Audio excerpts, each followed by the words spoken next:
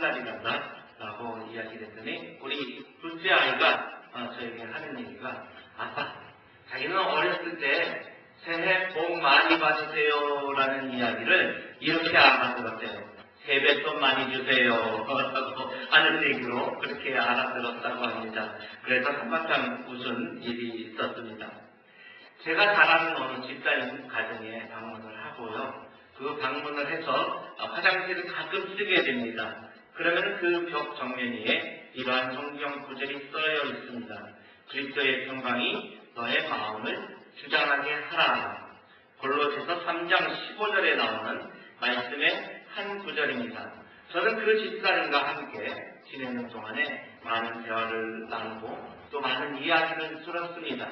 그런데 그분의 살아온 인생 사연도 같이 듣게 되었습니다. 그래서 그 성경 말씀처럼 하나님의 평강이 너의 마음을 주장하게 하라는 이 성경 말씀이 집사님께서 인생의 시련을 만날 때마다 마음의 평화를 유지하기 위해서 늘 마음에 두었던 은혜의 말씀이었다라는 그러한 생각이 들었습니다. 골로새서 3장 15절 전체의 말씀은 다음과 같습니다. 그리스도의 평강이 너의 마음을 주장하게 하라. 너희는 평강을 위하여 한 몸으로 부르심을 받았나니 너희는 또한 감사하는 자가 되라. 이 말씀을 현대인의 성경으로 바꾸어서 표현하는 다음과 같습니다. 마음의 평화를 유지하십시오.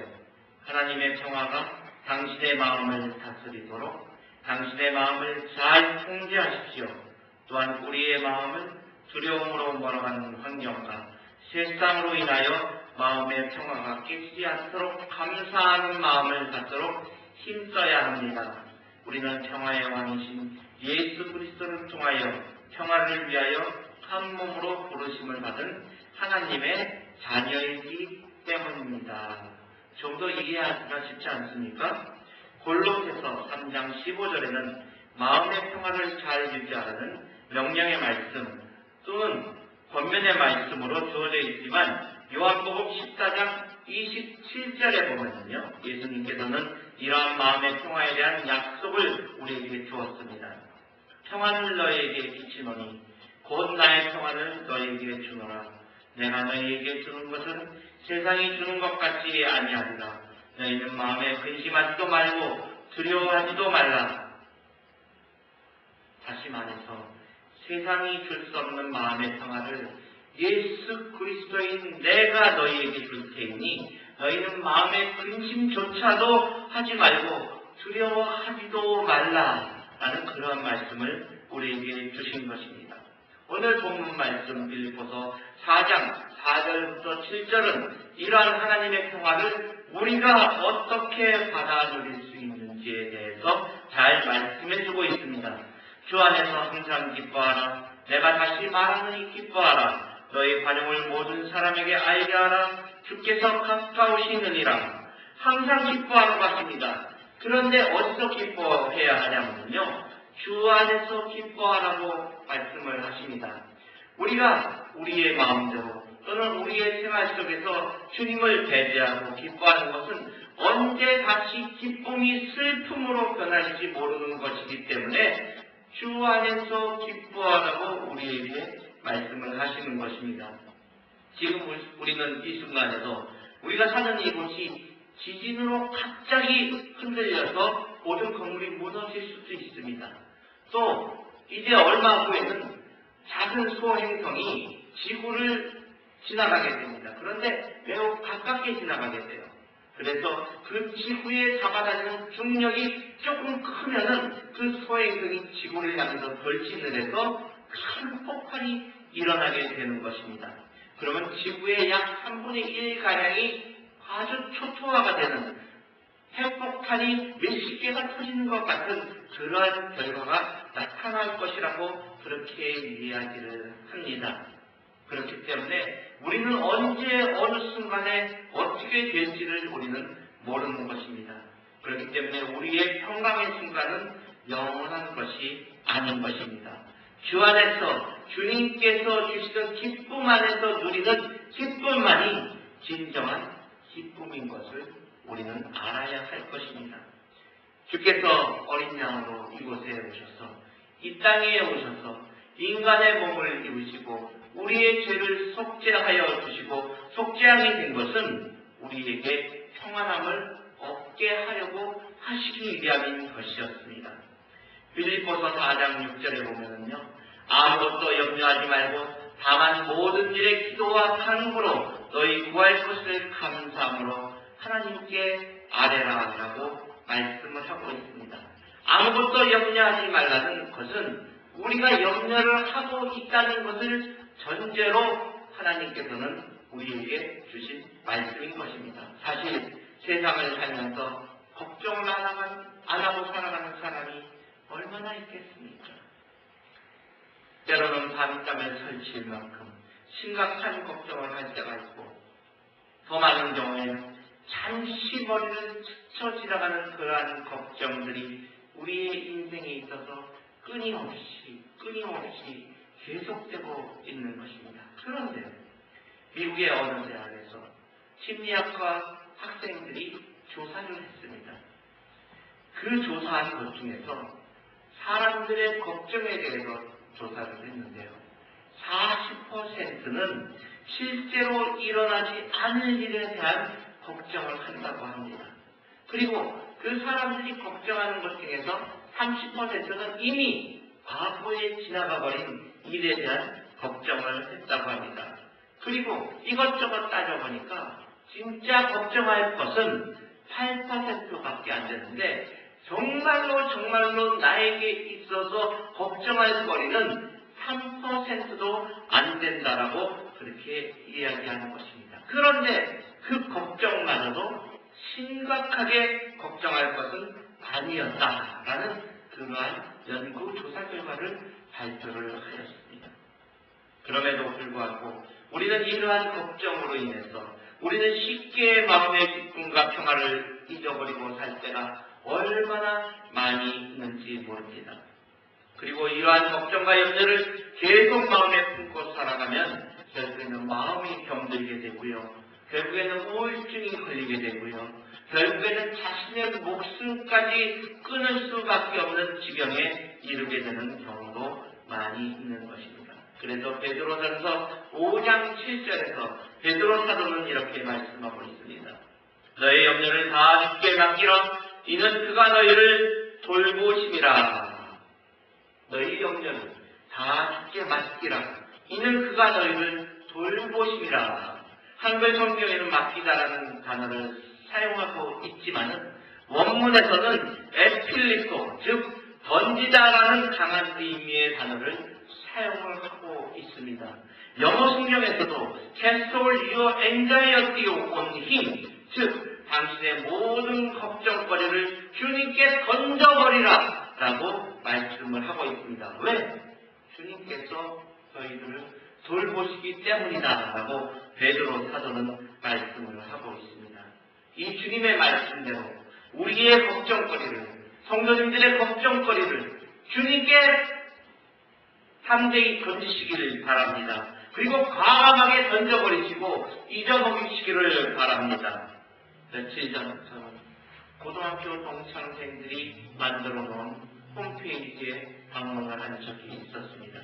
그런데 학교 다닐 때 우등생이라고 여겼고 공부도 잘하는 학생들의 삶보다는 우리가 보기에는 그지 공부도 잘 못하고 말썽을 많이 피우고 열등생이지 아니었나 하는 그 친구들이 더욱더 사회생활을 열심히 하고 있는 것을 보았습니다.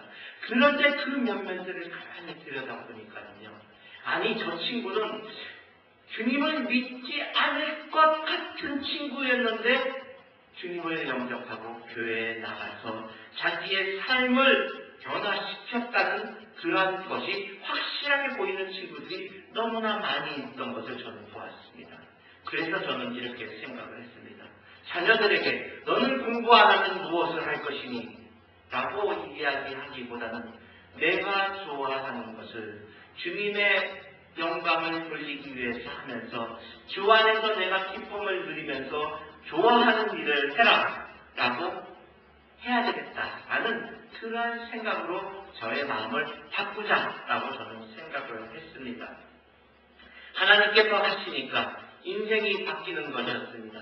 그렇습니다. 주님이 함께 하시면은 안 되는 일이 없는 것입니다. 마태복음 6장 25절부터 30절을 보면 예수님은 이렇게 말씀을 하십니다. 공중의 새를 보라.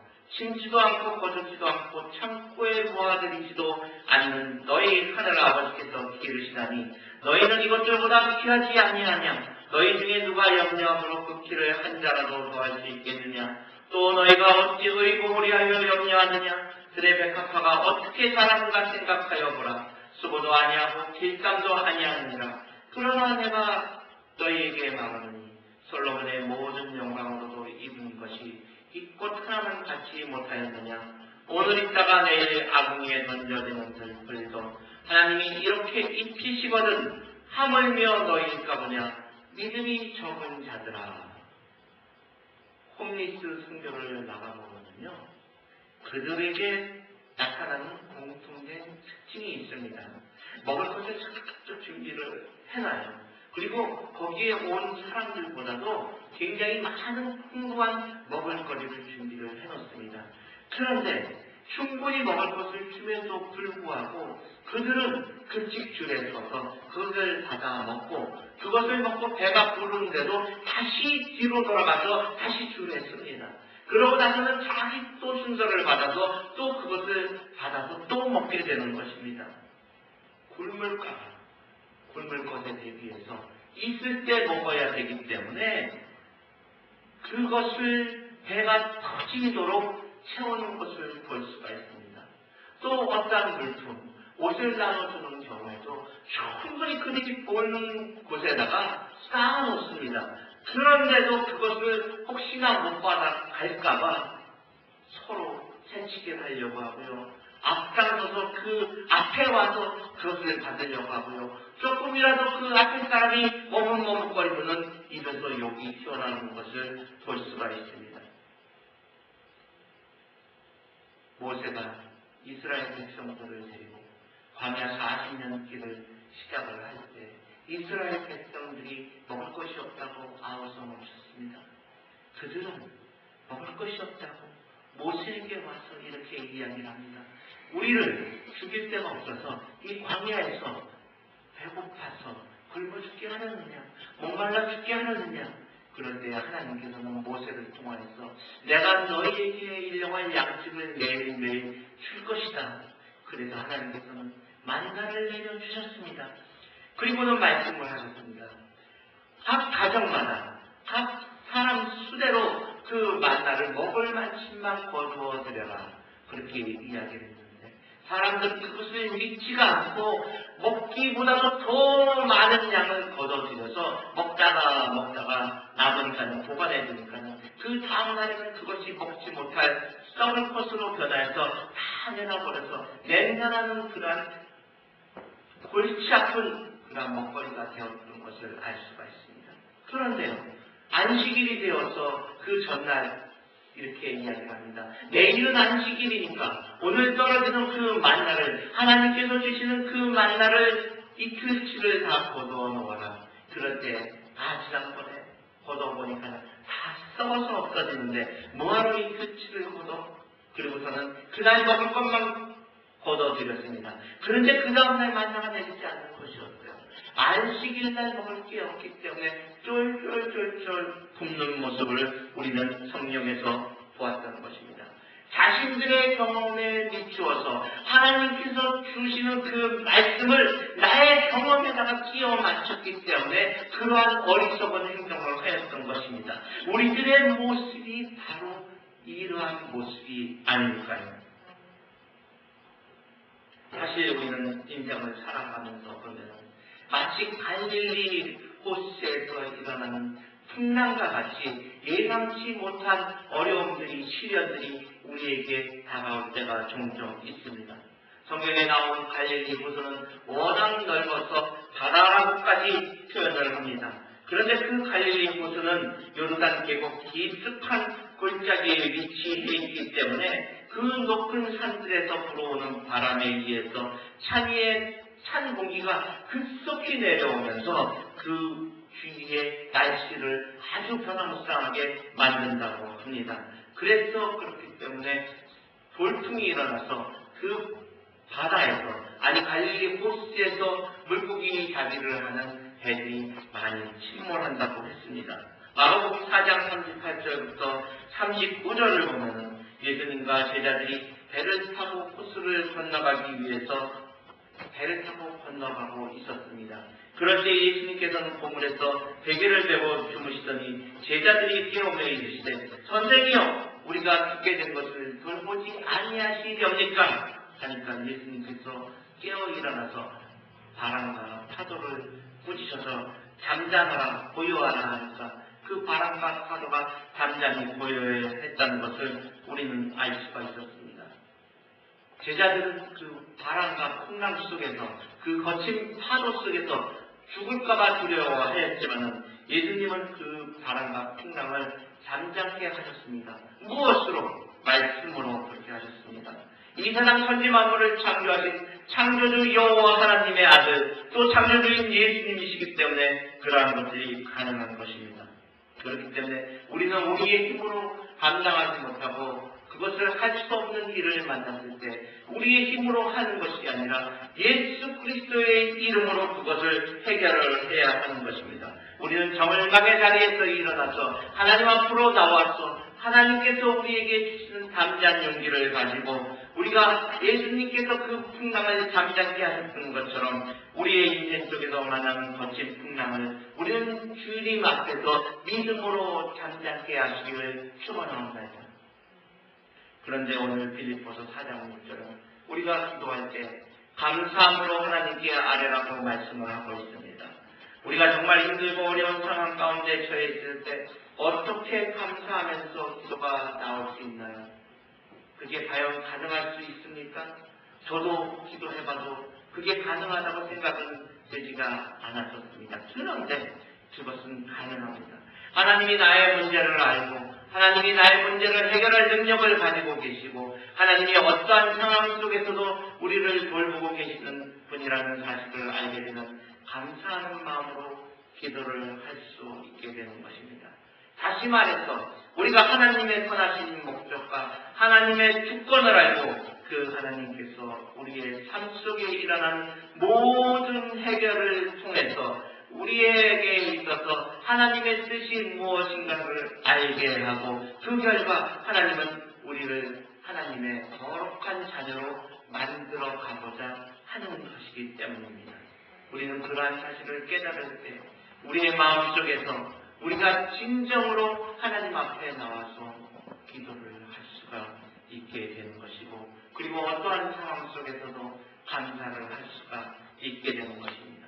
누가복음 12장 7절에는 너희에게는 오히려 머리털까지도 다 세신 바 되었나니 두려워하지 말라 너희는 많은 천사보다 귀하니라 하시는 주님이시기 때문에 나는 나의 머리털도 몇 개인지 알지 못하나 하나님은 아시고 이 천지 만물이 돌아가는 데 있어서 별이 하늘에서 움직일 때 하나도 부딪히게 하지 아니하시고 봄, 여름, 가을, 겨울이 제대로 돌아가게 만드시고 하기 때문에 우리는 더욱더 주님만을 신뢰하고 의지하고 나가야 되는 것입니다. 본문 4장 7절에서는 이렇게 말씀하십니다. 그리하면 모든 지각에 뛰어난 하나님의 평강이 그리스도 예수 안에서 너희 마음과 생각을 지키시리라.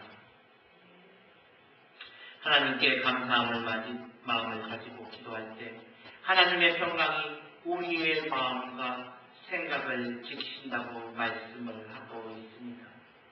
영어를 보면 transcend or understanding, 즉 우리의 모든 이해를 초월한다라는 그러한 의미가 되는 것입니다. 하나님이 주시는 평화는 우리의 상식과 지혜로는 이해할 수 없지만 그러한 것을 초월을 해서 하나님께서 우리에게 주시는 평화를 느껴라 이런 말씀을 하시는 것입니다. 이 세상 사람들은 우리에게 평화를 줄 수가 없습니다. 그렇지만 그 평화는 예수 그리스도께서 우리에게 주실 수 있는 것입니다. 어떠할 때 우리가 예수 그리스도 안에 있을 때 예수님을 내 마음의 주인으로 모시고 내가 예수님의 말씀대로 순종하면서 내 삶의 주인이신 예수님이다라고 우리가 순종하면서 나아갈 때 우리는 우리의 생각대로 사는 것이 아니라 주님께서 주시는 평안을 가지고 살아가게 되는 것입니다. 그러므로 성도 여러분, 걱정과 염려가 찾아올 때 그것을 받아들이고 염려하시는 대신에 성경을 집어들고 하나님의 말씀을 묵상하거나 혹은 기도하면서 자신에게 하나님께서 무슨 말씀을 해주시는지 어떠한 말씀을 나에게 선포해 주시는지 기도하시기를 바랍니다. 걱정과 염려가 찾아올 때 우리가 기도하고 주님 앞에서 무릎을 꿇고 두 손을 모아서 기도하기를 원합니다. 그럴 때 하나님께서는 우리에게 마음의 평안함을 주실 것입니다. 유명한 러시아의 작가 톨스토이는 원래 귀족 출신이었습니다. 그래서 젊었을 때는 이상주의를 추구하면서 살았습니다. 그리고 동시에 쾌락을 추구하였습니다. 그는 육체적인 쾌락과 도박 등에 빠져가지고 아주 타락한 삶을 살고 있었습니다. 그러던 어느 날 농촌을 지나갈 때 한 농부의 얼굴에서 아주 평안한 얼굴을 보았습니다. 그래서 그 농부에게 물어보았습니다. 당신은 어떻게 해서 그렇게 얼굴에 평화가 넘쳐납니까? 그럴 때 그 농부는 나의 마음속에는 예수님께서 계시기 때문에 나는 평안할 수가 있습니다. 나는 하나님을 의지하고 항상 기도하기 때문에 아무 염려가 없습니다. 라고 이야기를 했다고 합니다. 톨스토이는 그 다음부터 전심으로 모든 것을 회개하고 하나님 앞으로 나오기 시작하였다고 합니다. 그리고 하나님 앞에 나와서 예수 그리스도를 만난 다음에 진정한 평안을 누리게 되었다고 합니다. 톨스토이는 그의 나이 55세 때에 기록한 신앙론에서 이렇게 고백을 했습니다. 나는 지난 55년을 살아오는 동안 15년을 빼고는 기쁨이나 행복이나 안식을 알지 못하였다. 내가 18세 되전에 한 친구는 내게 찾아와서 신이 인간을 만든 것이 아니라 인간이 신을 만졌다라고 나를 설득하였고 나는 그 설득에 매료되어서 기독교를 버리기로 결심을 했다. 종교를 포기하는 것이 자유라고 생각했다. 종교를 포기하는 것이 안식이라고 생각했다. 나에게 종교가 협박처럼 느껴졌기 때문이다. 그러나 이제 내 나이 55세 나는 신앙의 품으로 돌아왔다. 이것은 단순히 종교로 돌아온 것이 아니라 그리스도께로 돌아온 것이다. 그리고 그리스도 안에서 나는 생애 처음으로 진정한 안식을 발견했다라고 위대한 문호 톨스토이는 이렇게 쓰고 있는 것입니다. 그리스도 안에 인생의 참된 평안이 있습니다. 다시 말해서 하나님의 영이시요 그리스도의 영이라고 불리는 성령께서 우리가 그 성령 안에 머물러 있을 때 성령께서 나의 마음에 들어와 계시어서 나의 주인이 되었을 때 우리에게는 참 평화가 주어지게 되는 것입니다. 그래서 갈라디아서 5장 22절에 나오는 성령의 열매를 보면 처음 세 가지가 사랑, 기쁨, 평화입니다. 인간의 생각과 이해를 초월하는 평화가 바로 그리스도 안에서 성령으로 말미암아 우리에게 주어진다는 사실을 하나님께서는 우리에게 말씀해 주고 있는 것입니다. 또 로마서 14장 17절을 보면 하나님의 나라는 먹는 것과 마시는 것이 아니요 오직 성령 안에 있는 의와 평강과 희락다라고 말씀하고 있습니다. 다시 말해서 성령의 충만함을 통해서 하나님의 나라가 우리 마음에 임할 때 우리는 의와 평강과 희락을 경험하는 삶을 누리게 될 것입니다. 우리는 가끔 미국에 살고 있는 관계로 비행기를 타게 됩니다. 그런데 비행기를 타고 가다 보면 폭풍우를 만날 때가 있습니다. 그래서 장대 같은 빗줄기가 비행기의 창문을 두드려대고 천둥 번개가 칠 때 우리는 두려움에 떨게 됩니다. 얼마 전 저희 한 사람이 한국을 나갔다 오는데 한국에서 일본을 지나올 때 비행기가 요동을 시작하는 겁니다. 뚝뚝 떨어지지 않나 흔들리지 않나 너무나 힘들고 어려운 상황 속에서 이런 마음을 먹었다고 합니다. 비행기가 떨어지는 것이 바로 이렇게 추락을 하는 것이구나 라는 생각을 했다고 합니다. 우리가 그러한 것을 느꼈을 때 우리는 아마 지나가는 스튜어디스한테 이렇게 물어볼 것입니다. 아니 비행기가 왜 이래요? 어떻게 이런 일이 일어날 수가 있습니까? 혹시 비행기가 추락하는 것이 아닙니까? 이렇게 이야기할 때 아마 스튜어디스는 이렇게 대답을 할 것입니다. 우리는 지금 구름 밑에서 천둥 번개를 만나고 폭풍우를 지나가게 되지만 이제 곧 비행기가 고도를 높여서 구름 위로 올라가면은 모든 것이 잔잔해질 것입니다. 그렇게 이야기할 것입니다. 그렇습니다. 비행기가 구름 아래 지나갈 때에는, 구름 속을 지나갈 때에는 아무것도 보이지가 않고 빗줄기가 험하게 내려 우리에게 부딪히고, 그리고 폭풍과 몰아치고 천둥 번개가 몰아치지만은 구름 위로 올라가면은 평안함이 있는 것을 알 수가 있습니다. 이 세상에서 우리의 삶이 그러한 폭풍우가 몰아치고 천둥 번개가 치는 우리의 삶이 시련 속에서 있지만 그 구름 위와 같은 하나님 안에 우리의 삶이 들어갈 때 우리의 마음은 평안함을 누릴 수가 있게 되는 것입니다. 우리는 환경에 흔들리지 말아야 합니다. 그것이 바로 우리가 주님의 사랑하는 마음 안에서 거할 때 그러한 마음을 갖게 되는 것입니다. 우리가 살다 보면 종종 걱정과 염려가 나도 모르게 불쑥불쑥 찾아올 때가 있습니다. 그럴 때마다 우리는 한숨을 쉽니다. 그럴 때마다 우리는 걱정을 합니다. 그리고 그럴 때마다 우리는 어떡하지 하고 방황을 합니다. 그럴 때 우리는 그러한 것들을 예수 이름으로 명하노니 물러갈지어다 떠나갈지어다 라고 기도하시는 성도님들이 되어야 할 것입니다. 하나님의 백성된 우리는 하나님이 만드신 이 세상 속에서 하나님과 동행하면서 살 때 마치 에덴 동산에서 사는 것과 같은 기쁨과 안락함을 누리는 것입니다. 사단의 유혹에 빠져서 선악과를 먹은 아담과 이브는 하나님을 떠나면서 에덴 동산에서 나오게 된 것을 우리는 너무나 잘 알고 있지 않습니까? 그런데 그 떠나온 아담과 이브처럼 우리도 떠나는 것이 아니라 우리의 조상들은 그렇게 떠났지만 내가 하나님을 영접하고 내 마음속에 하나님을 주인으로 모시게 되면 나의 마음속은 그 어디나 하늘나라라는 것을 경험을 할 것입니다. 오늘 본문 말씀처럼 주 안에서 항상 기뻐하라. 내가 다시 말하노니 기뻐하라. 너의 반영을 모든 사람에게 알게 하라. 주께서 가까우시느니라. 아무것도 염려하지 말고 오직 모든 일에 기도와 간구로 너희 구할 것을 감사함으로 하나님께 아뢰라. 그리하면 모든 지각에 뛰어난 하나님의 평강이 그리스도 예수 안에서 너희 마음과 생각을 지키시리라 하시는 하나님의 말씀처럼 우리는 모든 것을 하나님께 아뢰고 평안함을 얻어야 할 것입니다. 어제 저녁에 저는 어느 권사님을 만났습니다. 그 권사님이 기도해달라고 하셔서 기도하러 갔었습니다. 그런데 그분이 하시는 말씀이 캘리포니아에 있는 자기의 큰딸이 어려움 속에 속해 있는데 어려움 속에 속해서 내가 가고 싶지만 이제 내가 나이가 많아서 가서 비행기를 타고 가서 어떻게 내려서 어떻게 찾아야 할지도 모르고 어떻게 해야 합니까 목사님 하고 기도할 때 권사님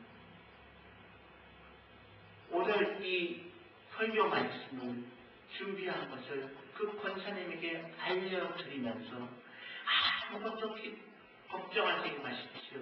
기도함으로써 평안함을 얻으시기 바랍니다. 하나님께서는 이 세상 어느 곳에 계시는 분이기 때문에 권사님께서 이곳에서 기도하시면 마치 옆에 가서 따님을 돌보는 것처럼 똑같은 회복이 일어날 것입니다. 백부장이 주님 앞에 나와서 나의 하인이 나의 종이 지금 아파서 정말로 어려움에 처해져 있으나 주님께서 낫겠다라고 말씀만 해주시면은 가지 않으셔도 내 하인이 날 것입니다. 아닙니다라는 그러한 말씀을 해서 그 백부장의 하인이 나은 것처럼 권사님의 따님도 지금 이곳에서 같이 기도하면 그 모든 문제가 해결될 것입니다 라고 말씀을 드리고 같이 기도하였습니다. 그 이후에 그 권사님은 마음의 평안함을 얻어서 잠을 자지 못하였던 것을 잠을 잘 수가 있는 그러한 마음의 평안함을 얻었다고 이야기를 하였던 것을 저는 들었습니다. 그리고 오늘 아침에 전화가 와서 저에게 목사님 어젯밤엔 참 잘 잤어요 이렇게 얘기하는 것을 들을 때 우리 성도 여러분 어떠한 상황과 어떠한 어려움 속에서도 그 모든 것들을 빠짐없이 주님께 고백할 때 우리의 머리털까지 세시는 그 하나님께서 우리 마음속의 생각까지도 아시는 그 하나님께서 우리를 믿음 안에 거하게 하시고 우리에게 마음의 평안함을 주시고 우리를 주님께서 이끄시는 선한 길로 가게 하실 줄을 믿으시는 우리 예수님교회 성도님들 되시기를 주의 이름으로 축원합니다.